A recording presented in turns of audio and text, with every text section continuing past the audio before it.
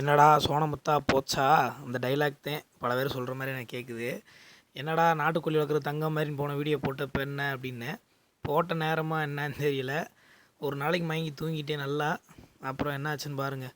இப்படி என் கோழி பூரா சாக்கில் அள்ளி வைக்கிற நிலைமை ஆகிப்போச்சு.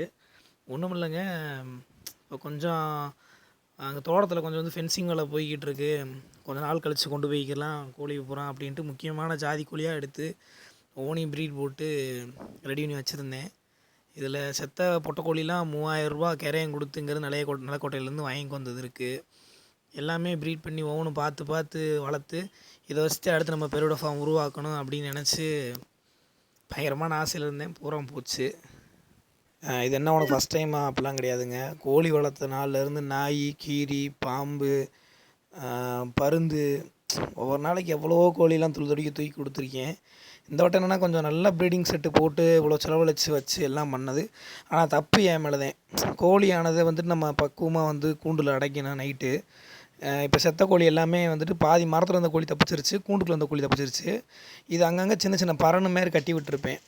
அதில் அடைஞ்சிருந்த கோழியை பெரும்பாலான கோழி வாங்க வேண்டியது, ப்ரீடிங் போட வேண்டியது, முட்டை எடுக்க வேண்டியது, அதுலேருந்து குஞ்சு எடுக்க வேண்டியது, நம்ம ஃபார்ம் உருவாச்சுறான்னு ஒரு மயக்கத்தில் இருப்பேன்.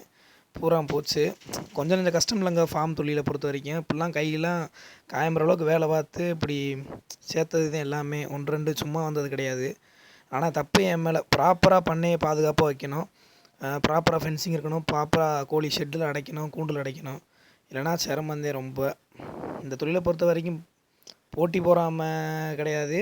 பட் வந்துட்டு என்ன சொல்கிறது, நஷ்டங்கள் வந்து நம்ம அசால்ட் இருந்தால் நிறையா வரும். ஸோ அடுத்தடுத்து ஃபார்மிங் பண்ணுறவங்க ஃபஸ்ட்டு ஃபென்சிங்கு, ஷெட்டு, கூண்டு எல்லாம் நல்லா இருந்தால் மட்டும் கோழி வளங்க.